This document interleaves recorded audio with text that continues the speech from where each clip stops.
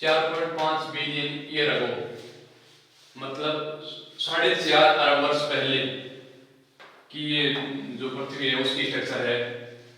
हुआ क्या कि जब ये 4.5 अरब वर्ष पहले पृथ्वी की इस हिसाब से आकृति थी, इसके अंदर बाहर की तरफ चारों ओर पानी ही पानी था, जिसे हम पेनथालासा के नाम से जानते हैं, इसे पेनथालासा। और जो भूमि का जो भाग था, भूभाग था, ये भूभाग सारा एक जगह पे केंद्रित था, इसे हम पेंजिया के नाम से जानते हैं, ये पेंजिया, और इसे पेनथालासा।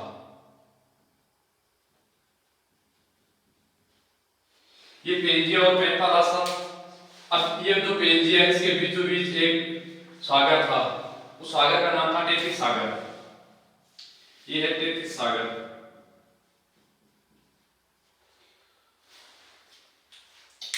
अब जो 4.5 अरब वर्ष पहले ये जो टेथिस सागर है और ये गोंडवाना, ये टेथिस सागर के जो नीचे वाला दक्षिण का जो भाग है, इसे हम गोंडवाना लैंड कहते हैं, और इसे ऊपर वाला जो भाग है, इसे हम अंगारा लैंड। तो आज के जो पृथ्वी का जो भी भूभाग है वो इन्हीं दो से बना हुआ है, या तो गोंडवाना अंगारा लैंड से या गोंडवाना लैंड से, और या फिर टेथिस सागर से। टेथिस सागर भी आज भूभाग के रूप में हमें दिखाई देता है। इसके बारे में जानेंगे, इसका भूभाग कैसा दिखाई देता है आज के समय में। अब क्या हुआ कि 40 से 50 मिलियन ईयर पहले, 40 से 50 मिलियन ईयर पहले हुआ ये जो इनका गोंडवाना लैंड और ऊपर का अंगारा लैंड, इनका आपस में संचलन होना शुरू हुआ, और इसको हम इंग्लिश में टेक्टोनिज्म के नाम से जानते हैं। तो ये टेक्टोनिज्म, इसके अंदर जो है टेक्टोनिज्म वाली प्रोसेस है वो शुरू हुई, और उसकी स्पीड थी 15 सेंटीमीटर पर ईयर।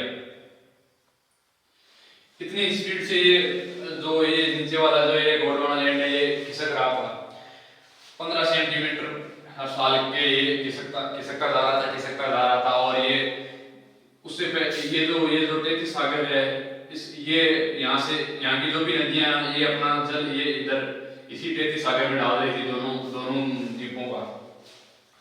अब ये दोनों महाद्वीपों का ये जो नदी यहाँ पे जल डाल रही थी, जिससे ये नदियां अपने साथ में बहुत सारे अवक्षेप भी लेके आते हैं, और वो अवक्षेप यहाँ पे जमा होता गया। काफी लाखों सालों के अंदर ये अवक्षेप जमा होकर ये टेथिस सागर पूरा भर गया। ये टेथिस सागर पूरा भर गया। एक तरफ तो ये प्रोसेस भी चल रही थी, और साथ साथ ये प्रोसेस भी चल रही थी कि इसमें ये टेक्टोनिज्म वाली प्रोसेस है, ये भी चल रही थी। तो ये 15 सेंटीमीटर हर साल का ये जो गोंडवाना लैंड है, ये ऊपर की तरफ टेथिस सागर की ओर खिसक रहा था। अब हुआ यूं कि ये टेथिस सागर जब फुल हो गया, ये टेथिस सागर जब पूरा भर गया, उसके बाद में बीच में जो ये है, इसके अंदर जो ये टेक्टोनिज्म प्रोसेस है ये चलती रही। तो उससे क्या हुआ कि ये जो यहाँ का जो सेडिमेंट एरिया है, जो यहाँ का अवक्षेप वाला जो क्षेत्र है, वो ऊपर उठना शुरू हो गया। कोई भी जो चीज है इस पर हम इधर से दोनों तरफ से अगर दबाव लगाएंगे तो ये ऊपर उठ हमारे पास ये मुड़ के बाहर आएगी, तो बाहर आएगी, अंदर इधर भी रहे, पर वो मुड़ेगी। तो वो ही है, इसके अंदर यहाँ से जो ये टेथिस सागर वाला भाग है ये ऊपर उठना स्टार्ट हो गया। और ऊपर उठने से पूरी पृथ्वी के अंदर, पूरी पृथ्वी के बीचों बीच, लगभग बीचों बीच, पूरी पृथ्वी के बीचों बीच में एक पर्वत श्रृंखला का निर्माण हो गया, जिसके अंदर ये जो एटलस पर्वत है, एटलस, एल्ब्रूज, ये सारे कॉकेसस, हिंदुकुश, कुल्लू, जो जितने भी हैं नाम, ये नंगा पर्वत नाम सा बरवा, ये सारे आगे म्यांमार के अंदर है अराकान योमा वगैरह, ये जो की सारी जो श्रेणियां हैं, ये सारी की सारी टेथिस सागर का ही हिस्सा है, टेथिस सागर से बनी हुई है। ये जो पर्वतमाला है, इसी टेथिस सागर के अवक्षेप से उसी से इसका निर्माण हुआ है। तो उसके बाद भी उसके अंदर वो टेक्टोनिज्म की प्रक्रिया लगातार जारी रही, और जिससे ये यहाँ से धीरे धीरे उड़ते और ये पर्वत श्रेणी है, उनकी हाइट बढ़ती गई, और उसी का निर्माण हुआ कि इसी की वजह से यहाँ पे सबसे ऊंची चोटी है जो हिमालय के अंदर है, जो नंगा पर्वत से जो नामसा पर्वत का बीच का एरिया, ऐसे ही हम हिमालय बोलते हैं। तो ये जो हिमालय का एरिया, इसी के अंदर है, ये सब विश्व की सबसे ऊंची चोटी है जो माउंट एवरेस्ट हो, यहीं पे स्थित है। क्यों यहीं पे, क्यों? क्योंकि यहाँ पे टेक्नोलॉजी की प्रोसेस अभी भी चल रही है और इस वजह से इसकी हाइट बढ़ती जा रही है, बढ़ती जा रही है। मान लो कि जो ये अंगारा लैंड है, गोंडवाना लैंड है, इसकी कोई यहाँ पे कोई भी पर्वतमाला होगी तो उसके अंदर कोई टेक्नोलॉजी प्रोसेस नहीं है, तो इसकी जो हाइट है वही हाइट है, इसमें कोई अभी कोई ज्यादा नहीं हो रही है, इनकी कोई हाइट नहीं बढ़ रही है। पर इनकी हाइट बढ़ रही है और इनकी हाइट आज भी बढ़ रही है। फर्क बस इतना ही है कि उस समय इसकी जो स्पीड थी वो 15 सेंटीमीटर हर साल की थी और आज इसकी जो स्पीड है वो सिर्फ ये घट के सिर्फ 67 mm हर साल की रही है। अभी 67 mm पर ईयर हो गई है। तो अभी भी इसकी हाइट बढ़ रही है और इसमें टेक्नोलॉजी प्रोसेस से ये जो भी यहाँ की जो भी पर्वत श्रेणी है उनकी हाइट अभी भी लगातार बढ़ने का एक क्रम है, अभी भी जारी है। मतलब हमेशा डेवलपमेंट चलता रहता है, हर चीज का डेवलपमेंट चलता रहता है, सारी चीजें एक साथ होती रहती हैं। पर जो आज भी डेवलप हो रही है, ये अपनी भौतिक जो संरचना उसको आज भी ये डेवलप कर रही है। इस पे जो सारे जीव हैं वो भी अपना अपना अपना डेवलपमेंट कर रहे हैं समय के साथ। तो हर चीज में साथ साथ ही डेवलपमेंट चलता रहता है।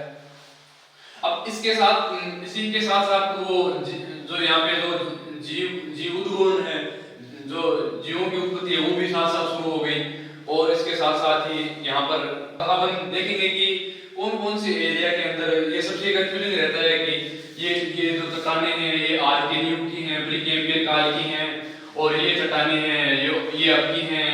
ये जो जीव है ये इयोसीन काल का है, ये जो जीव है ये प्लीस्टोसीन काल का है। तो ये क्या चीजें हैं, इसके बारे में थोड़ा सा जानेंगे, इससे ये क्लियर हो पाएगा ये कौन सी चीजें हैं, कैसे ये किससे हम इसे डिवाइड करते हैं, कैसे क्या है। तो ये जो टाइम जोन है इसका जो क्लासिफिकेशन है इसके बारे में हम शॉर्ट में थोड़ा सा ब्रीफ में जानेंगे। ये जो समय है इसको हम अलग अलग तरीके से बांटते हैं, जैसे इयोन हो गया, इरा हो गया, पीरियड हो गया, इपोस हो गया, एजेस हो गए। अब ये रहेगा कि इसका हिंदी क्या है, तो हमें इसकी हिंदी जानने की जरूरत नहीं है, क्योंकि एग्जाम में बहुत बार यहाँ से जब भी क्वेश्चन आता है तो अगला ये इंग्लिश वाला नाम है ये हिंदी में बना के दे देता है इयोन्स। तो हमारी प्रॉब्लम ये हो जाती है कि हम इसको हिंदी में याद कर लिया, फिर वहां पे एग्जाम में हिंदी और इंग्लिश दोनों में ऐसे ही इयोन्स नाम डाल दिया, तो फिर हम समझ नहीं पाते कि होता है ये क्या दिया हुआ है। तो हमें इंग्लिश वाले नाम तो याद रखने ही होंगे, तो फिर हम हिंदी वाले एक्स्ट्रा क्यों याद करें फिर। तो ये सबसे इजी इसका यही है कि मतलब इसको डायरेक्ट इंग्लिश का ही याद करो, इसका क्लासिफिकेशन तो मोटा मोटा जो याद रखना है वो इंग्लिश में याद रखो। तो इसके अंदर जो ये इयोन्स है ये टाइम की बहुत लंबी बड़ी अवधि है। उसके बाद उससे छोटी अवधि है इरा है। इसी प्रकार से आगे उस अवधि है कि एक इयोन के अंदर काफी इराज आ जाते हैं, उसी हिसाब से एक इराज के अंदर काफी पीरियड्स आ जाते हैं, इस हिसाब से इनका आगे से आगे क्लासिफिकेशन हुआ है। अब हम इसके क्लासिफिकेशन के अंदर देखते हैं मुख्यतः पहले जो इयोन्स हैं उनके बारे में देखते हैं। तो इसके अंदर मुख्यतः 4 इयोन्स में हम बांट सकते हैं इसे। एजोइक काल है, फिर आर्कियोजोइक है, फिर प्रोटोजोइक है और फिर फेनेरोजोइक है। नाम से भी थोड़ा बहुत स्पष्ट हो रहा है कि एजोइक काल है। इसके अंदर क्या हुआ, इसके अंदर कोई भी जीव जंतु, किसी भी प्रकार का कोई भी इसमें जीव जंतु की कोई भी विकास नहीं होगा। इसके अंदर जो पृथ्वी है वो अपना भौतिक जो संरचना है वो भौतिक विकास है वही होता रहा। इसके बाद में आज उसी हिसाब से आगे क्रम से क्रम चलता रहा, और जैसे आर्कियोजोइक आगे फिर प्रोटोजोइक आगे। इसके अंदर बहुत ही आधे प्रिमिटिव टाइप के जो जीव है, जैसे मतलब यहाँ से जीवों की उत्पत्ति जैसे अमीनो एसिड वगैरह, और वहां से कोशिका की जो स्टार्टिंग है वो यहाँ से होना शुरू हो गई। और इस यूनिट के अंदर यहाँ पे प्रोटोजोन्स जो होते हैं, प्रोकैरियोट्स कोशिकीय जीव होते हैं, उनका विकास यहाँ पे हुआ। जो प्रोकैरियोटिक जीव हैं ये कोशिकीय, उनका विकास यहाँ पे हुआ। उसके बाद में हम आगे चलते हैं फेनेरोजोइक में। तो इसके अलावा जो आगे का जो यूकेरियोट जितने भी जीव हैं उनका सारों का विकास यहीं पे हुआ है फेनेरोजोइक के अंदर। अब फिर इसको हम आगे इराज में डिवाइड कर देते हैं। इसके अंदर फिर आगे ये पैलियोजोइक, मीसोजोइक और सीनोजोइक आ गए। तो ये जो इससे जो पहले का है इसको हम ऐसे भी डिवाइड कर सकते हैं कि ये कैम्ब्रियन से जो पहले का काल है इसको हम प्री कैम्ब्रियन बोल देते हैं, क्योंकि कैम्ब्रियन तो पैलियोज़ोइक के अंदर आएगा। ये पैलियोज़ोइक का फर्स्ट ही कैम्ब्रियन है, तो कैम्ब्रियन से पहले का मतलब फेनोज़ोइक से पहले का तो है ना, फेनोज़ोइक के फर्स्ट के अंदर ही शुरुआत में सबसे पहले कैम्ब्रियन ही आएगा, तो ये इससे पहले का जो भी है उसको हम प्री कैम्ब्रियन भी बोलते हैं, और इसे आधे प्रकार का भी बोलते हैं। तो इसके अंदर ये जो प्री कैम्ब्रियन है इसका काल था 4.5 से 0.5 बिलियन ईयर अगो, या 4.5 से 0.5 अरब वर्ष पहले। उसके बाद में ये शुरू हुआ फेनोज़ोइक, इसके अंदर फर्स्ट के अंदर पैलियोज़ोइक के अंदर आ गया कैम्ब्रियन। इसलिए कैम्ब्रियन है इसकी शुरुआत हो रही है 570 मिलियन ईयर से। हाँ, तो अब इसका अगर हम बनाएंगे बिलियन से मिलियन में चेंज करेंगे तो अप्रोक्सीमेट ये 500 मिलियन बन गया। तो ये जो अप्रोक्सीमेटली आ गया अपने पास ये 570 है, ये यहाँ पे एक रेट दिखा दिया कि कब से शुरुआत हुई इसकी, तो ये 570 मिलियन ईयर से शुरुआत हो गई इसकी। उसके बाद में ये सारे हैं इसके अंदर फिर वो है कि इसके अंदर और डिवीजन है, तो इसके अंदर फिर यहाँ पे एल्गी और फंजाई जो फंगस होती है ये इनका विकास हुआ। फिर इसके अंदर आगे सिल्वेरियन, इसके अंदर कोरल्स वगैरह आ गए। इसी प्रकार से इनमें आगे से आगे ये मतलब धीरे धीरे जैसे इसका इधर पृथ्वी का डेवलपमेंट चल रहा था, और इधर ये जो जीव है इनका भी साथ साथ में डेवलपमेंट हो रहा है कि यहाँ से पहले आधे प्रकार के जीव, फिर उससे थोड़े एडवांस जीव आ गए, फिर उससे थोड़े आगे विकसित आ गए, फिर ऐसे ऐसे आगे से आगे वो विकसित जीव आते गए। ये अगर कोई याद रखना चाहिए तो याद रख सकते हो, किसी एग्जाम में जरूरत हो तो, पर इसका जो ये मुख्य चीज है ये तो थोड़ा तो याद रखना पड़ेगा। जिसके अंदर आ गया कि ये जो पैलियोज़ोइक है, इसके अंदर पैलियोज़ोइक से पहले जैसे ये प्री कैम्ब्रियन है, तो इसके अंदर ये प्रोटेरोज़ोइक है, इसके अंदर प्रोटोज़ोआ जो जीव है वो इसके अंदर विकसित हुए, सर्वप्रथम इसके अंदर आए। उसके बाद में जो छोटे जीव, छोटे मोटे जो हैं कीट पतंग वगैरह और जो बेचर हैं जिसके अंदर मेंढक वगैरह जो आते हैं, टर्टल वगैरह, ये सारे इसके अंदर आए। और रेप्टाइल्स, सरीसृप, उनका उद्भव इसके अंदर हुआ, इसका ओरिजिन इसमें स्टार्ट हो गया था। उसके बाद में सर्वप्रथम मेसोज़ोइक के अंदर सर्वप्रथम अनावृतबीजी और आर्कियोप्टेरिक्स वगैरह, डायनासोर वगैरह इनकी उत्पत्ति हुई। इनसे पहले इनका अस्तित्व नहीं था, इनका अस्तित्व इसी के अंदर आया, मेसोज़ोइक के अंदर ही अनावृतबीजी, आर्कियोप्टेरिक्स वगैरह और ये डायनासोर हैं ये सारे। अब इसके अंदर अलग अलग जो पीरियड्स हैं, जैसे ये क्रीटेशियस पीरियड है 240 मिलियन ईयर पहले, तो इसके अंदर डायनासोर्स की सर्वप्रथम उत्पत्ति हुई। फिर ये जुरासिक के अंदर यहाँ पे जो डायनासोर्स है इनका डोमिनियन रहा, मतलब यहाँ पे डायनासोर्स का ही प्रभुत्व रहा और पूरी पृथ्वी पे डायनासोर्स का भौगोलिक क्षेत्र था। इस हिसाब से ये आगे फिर आगे जो ये सिनोज़ोइक है, ये जो सिनोज़ोइक गिरा है, इसके अंदर ये सारे जो पेड़ पौधों में सबसे जो एडवांस है आवृतबीजी, जो उनका विकास इसके अंदर हुआ। और उसी प्रकार से जो जीव जंतुओं के अंदर सबसे एडवांस जिसे मानते हैं मेमल्स, स्तनधारी, मनुष्य भी एक स्तनधारी है, तो ये सारे इसके अंदर आए। तो जो पेड़ पौधे हैं और जो मनुष्य हैं, सॉरी जो जीव जंतु हैं, उनका सबका जो आखिर जो सबसे जो एडवांस जो है वो इसी के अंदर बना है। इधर आवृतबीजी बन गया और इधर स्तनधारी बन गए, ये सारे इसके अंदर आए हैं। और मेसोज़ोइक के अंदर इससे जो पहले वाला अनावृतबीजी वो आया था। तो ये इसका मोटा मोटी ये जो सारा इसका क्लासिफिकेशन ये हो गया। इसे हम थोड़ा यहाँ से मोटा मोटी याद रखेंगे, जिससे कोई भी एग्जाम में हमें ये थोड़ा आइडिया लग जाए कि कौन सा पीरियड है, वहां से कौन से जीव वगैरह, किस जीव की उत्पत्ति किस पीरियड वगैरह के अंदर हुई। अब इसी के साथ हम चलते हैं कि ये साथ में ये तो आगे जो जीव जंतुओं से जो भी जो जैविक विकास है उसके बारे में आ गया। इसके साथ में हम जो फिजिकल डेवलपमेंट जो पृथ्वी का हो रहा था उसको भी हम इससे कनेक्ट करेंगे, किस समय में पृथ्वी के अंदर कौन सी क्या चीजें बनी। तो ये जो हमने अभी भी जो पढ़ा था कि ये जो बीच में जो टेथी सागर से जितनी भी पूरे विश्व के अंदर बीच बीच जो पर्वतमालाएं बनी हैं, ये सारी पर्वतमालाएं ये 40 से 50 मिलियन ईयर अगो से ये प्रोसेस स्टार्ट हुई। और हम देख सकते हैं कि ये 40 से 50 अप्रोक्सीमेटली ये 63 ईयर से ये यहाँ से शुरुआत हो गई थी। तो ये सारी जो प्रोसेस है, टेक्टोनिक प्रोसेस है, ये मतलब ये नीचे से जो गोंडवाना लैंड का ये खिसकाव है, ये ऊपर के जो और ये इसका बढ़ना शुरू हुआ था। तो ये सिनोज़ोइक ईरा के अंदर ही शुरुआत हुई थी इसकी मुख्यतः। तो ये जो जितनी भी ये यहाँ पे जो हिमालय वगैरह है, जितनी भी जो पर्वतमालाएं हैं, इनका मुख्य विकास है ना वो सिनोज़ोइक, जो सबसे लास्ट का जो ईरा है ये सिनोज़ोइक ईरा इसी के अंदर हुआ है।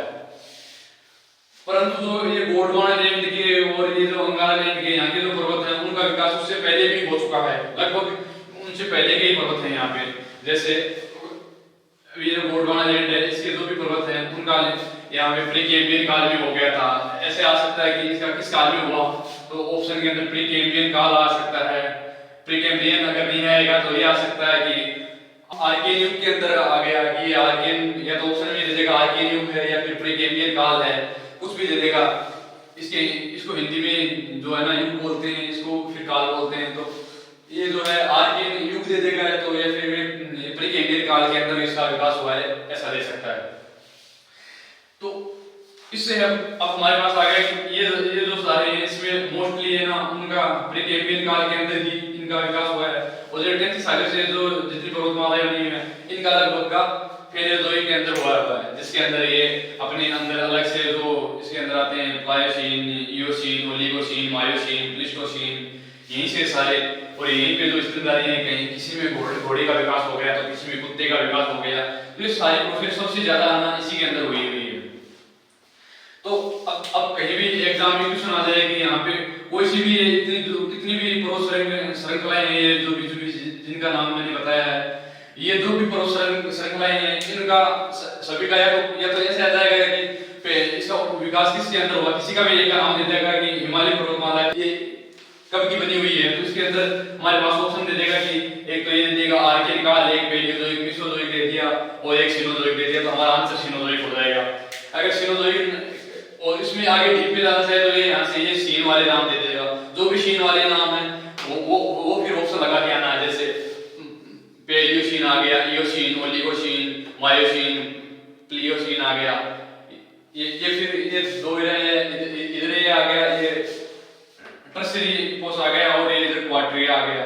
तो ये जो क्वार्टनरी पीरियड है इसको फिर आगे हम दो पोस्ट में डिवाइड कर रखा है, प्लीस्टोसीन और होलोसीन। तो यहाँ से किसी का भी नाम दे सकता है, वो कहते हैं इसी का नाम आएगा। इसके बाद में ये जो यहाँ पे जो टेंथ सागर था, तो यहाँ की जो भी पर्वत श्रृंखलाएं हैं, जो भी पर्वतमालाएं हैं, उन सारों का यहीं से उद्गम हुआ है। इसके अंदर या तो सिनोज़ोइक आंसर दे देगा या फिर कोई सा सीन दे देगा, जैसे प्लियोसीन दे दिया, इयोसीन, ओलिगोसीन, मायोसीन या पैलियोसीन, कुछ भी नाम दे देगा तो वो उसका आंसर हो जाएगा। उसके अलावा यहाँ पे जो गोंडवाना लैंड है इसकी या अंगारा लैंड, तो इसकी लगभग चट्टानें है वो आर्कियन या तो उसका ऑप्शन देगा आर्कियन या फिर प्री कैम्ब्रियन काल दे देगा। अब हम देखते हैं कि ये हमारे लिए इंपॉर्टेंट क्यों है कि हमारे क्या भारत के अंदर भी यहाँ से कोई चट्टानें बनी हुई है, कोई पर्वतमाला है, तो हम उसको देखेंगे कि इसका कौन सा हिस्सा इंडिया के अंदर है। आज ये जो यहाँ पे जो टेंथ सागर है, यहाँ पे नीचे ये गोंडवाना लैंड और ये ऊपर अंगारा लैंड है। ये जो टेंथ सागर है इसी से सारे ये पर्वत बने हुए हैं। तो यहाँ पे इसी के अंदर हिमालय भी इसी श्रेणी का भाग है। तो यहाँ पे हिमालय जो भारत के उत्तर के अंदर स्थित है। तो इसका मतलब ये हुआ कि जो ये हिमालय पर्वत है ये किसका हिस्सा है, ये टेंथ सागर का हिस्सा है। और इसके ऊपर भारत में हिस्सा है ही नहीं, तो भारत में कोई अंगारा लैंड का कोई भी हिस्सा है ही नहीं। भारत के अंदर जो हिस्सा है वो टेंथ सागर का है और उसके बाद में नीचे जो भी है वो गोंडवाना लैंड का हिस्सा है। अब भारत में टेंथ सागर का हिस्सा कितना है और गोंडवाना लैंड का कितना है, तो ये सीधी सी है कि जितना भी जो हिमालय की जितनी भी जो समानांतर जितनी भी पर्वतमालाएं हैं, इसके अंदर से शिवालिक तक की जितनी भी सारी पर्वतमालाएं हैं, वो सारी की सारी इसी टेंथ सागर से इसका विकास हुआ है। तो ये सारी की सारी टेंथ सागर से बनी हुई है। और फिर ये यहाँ से जो नदियां निकलती हैं और ये जो अपने साथ जो मिट्टी निक्षेप लाती हैं वो यहाँ पे जमा करके यहाँ पे जो मैदानी एरिया बना लिया है, यूपी के आसपास का जो भी एरिया है, यहाँ पे यूपी आ गया, बिहार आ गया, यहाँ के जो भी एरिया, तो इसका मतलब ये हुआ कि भारत का जो उत्तरी पर्वतीय क्षेत्र और उसके बाद में जो भारत का उत्तर मध्य जो मैदानी क्षेत्र है, ये दोनों क्षेत्र, इन दोनों का विकास हुआ है इससे टेंथ सागर से। और उसके नीचे का जो भी जितना भी भाग है वो सारा का सारा गोंडवाना लैंड का ही पार्ट है। अब इसके अंदर जितने भी नीचे प्रायद्वीप का पठार, प्रायद्वीप के जितने भी पठार हैं, इसके अंदर अलग अलग नाम से, जैसे धारवाड़ का पठार आ गया, दक्कन का पठार आ गया, बुंदेलखंड, जितने भी जो भी पठार हैं या कोई जितनी भी पर्वतमालाएं हैं, नीलगिरी आ गई, जो जितनी भी पर्वतमालाएं हैं, ये सारे के सारे गोंडवाना लैंड की हैं। और इसके अंदर ये सारे के सारे लगभग इसका आंसर या तो ये उनका ना जो भी ऑप्शन में मिलेगा या तो आर्कियन मिल जाएगा उसका या फिर प्री कैम्बियन मिल जाएगा, ये इसका आंसर हो जाएगा। तो अगर यहाँ से पृथ्वी से भी अगर कोई ज्योग्राफी से यहाँ से कोई क्वेश्चन आएगा तो वो यहाँ से इसके अंदर वो भी हो जाएगा, और अगर कोई यहाँ से साइंस से संबंधित कोई क्वेश्चन आएगा कि कौन सा जीव का मतलब विकास कब हुआ है, किस समय पे हुआ है, तो वो भी यहाँ से हो जाएगा। इसके बाद में यहाँ से एक और क्वेश्चन देखने को मिलता है कि कौन सा पर्वत, ये जो पर्वतमालाएं हैं, जो पर्वत श्रेणियां हैं, कि ये पर्वत श्रेणी है जो वलित पर्वत श्रेणी है, ये पर्वत श्रेणी है, ब्लॉक पर्वत है, तो ये क्या है, ये कैसे बनते हैं, इसको भी बहुत आसानी से याद रखा जा सकता है क्योंकि इतनी ज्यादा पर्वत श्रेणियां हैं, हम उसको सभी को ऐसे याद करेंगे कि ये तो भ्रंश पर्वत है और ये ब्लॉक पर्वत है, ये वलित पर्वत है, ये है कितने, ये बहुत ही आसानी से हम मुश्किल से 5 सेकंड में इसको याद कर सकते हैं। कैसे याद कर सकते हैं कि यहाँ पे तो ये यहाँ से जो भी पर्वतमालाएं बनी है टेक्टोनिज्म की वजह से बनी है, अब आपस में संचलन की वजह से बनी है। तो ये जितनी भी पर्वतमालाएं ये इसमें क्या है, अपने आप ये ऐसे किसी चीज पे दोनों तरफ से दबाव पड़ेगा तो ऊपर उठ जाएंगे, तो यहाँ पे वलय बन जाएंगे। तो ये जितनी भी पर्वत है ये मोड़दार पर्वत है या इसे वलयिक पर्वत बोलते हैं। यहाँ पे जितने भी जो पर्वत है सारे सारे मोड़दार या वलयिक पर्वत आ गए, इसी को हम मोड़दार बोल देते हैं, इसी को वलयिक बोल देते हैं। इसके अलावा यहाँ पे कोई टेक्टोनिज्म की प्रक्रिया नहीं है, यहाँ पे भी कोई टेक्टोनिज्म की प्रक्रिया नहीं है। तो यहाँ के जो मोस्टली पर्वत हैं वो या तो ज्वालामुखी पर्वत होंगे, जो ज्वालामुखी की उद्गार से निकलेगी, तो ज्वालामुखी निकलेगी उससे फिर वो लावा है वो ठंडा हो जाएगा तो वो एक पर्वत का रूप ले लेगा, या तो ज्वालामुखी पर्वत बनेंगे या फिर इसके बाद में वो भ्रंश पर्वत बनेंगे, उसे हम ब्लॉक पर्वत बोलते हैं। तो अब ज्वालामुखी तो सिंपल सा है, सभी को पता है कि मतलब वो ज्वाला लावा निकला फिर वो ठंडा हो गया तो ज्वालामुखी पर्वत बन गया।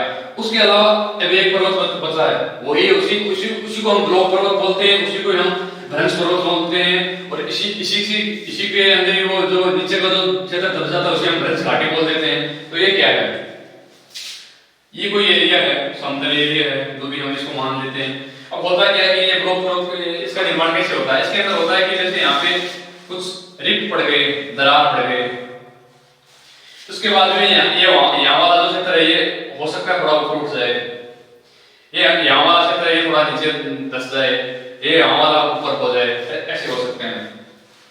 तो अब दिमाग में ये भी आ सकता है कि ये ऐसे एकांतर क्रम में क्यों होंगे, दो लगातार भी एक साथ ऊपर उठ सकते हैं तो कोई दिक्कत नहीं है ना। तो हो सकता है ये इतना तो हो, इतना भी हो सकता है ये इतना और ये इतना, दोनों लगातार ऊपर उठे हैं। हमें तो ये देखना है जितना ऊपर उठा हुआ तो एक है और जो नीचे धंसा हुआ वो एक है। तो इस हिसाब से ये इस प्रकार से ये पर्वतमाला की ये जो पर्वत श्रेणी है ये बन जाएगी। और ये जो पर्वत होंगे इसे हम ये भ्रंश से बने ना, इसे भ्रंश बोलते हैं, इंग्लिश में इसे रिप बोलते हैं। तो यहाँ से ये इसको हम बोलते हैं भ्रंशोत पर्वत, मतलब भ्रंश से इसका उत्थान हुआ है तो ये भ्रंश पर्वत भी बोलते हैं। इसे ये ब्लॉक के समान दिखते हैं, ऐसे जो दरार पड़ने से जो पूरा भाग उठेगा तो ये ब्लॉक के समान दिखते हैं, तो इसे हम ब्लॉक पर्वत बोलते हैं। तो ये हमारे ब्लॉक पर्वत और भ्रंश पर्वत हो गए, और ये जो नीचे वाला है तो इसे हम भ्रंश घाटी या रिफ्ट वैली बोल देते हैं।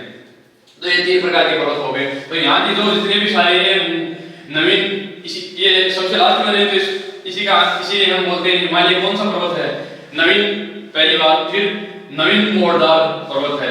नवीन कैसे है, क्योंकि ये लास्ट सिनोदय के अंदर जाके ये बना है, और उसके बाद में इसको वलित या मोड़दार पर्वत ये है क्योंकि ये टेक्टोनिज्म की वजह से बना है। तो और ये सारे जो नीचे वाले ये आधे प्रकार के हैं, जिसके अंदर आर्कियन बोल सकते हैं, आपने कैम्बियन कहा कि ये यहाँ के जो लगभग जो हैं जितने भी पर्वत हैं वो हैं, और वो सारे कैसे हैं, ब्लॉक पर्वत हैं। ये जो ज्वालामुखी पर्वत हैं ये हो सकते हैं पहले के हो सकते हैं, बाद में के हो सकते हैं, क्योंकि ज्वालामुखी के उद्गार तो होते रहते हैं।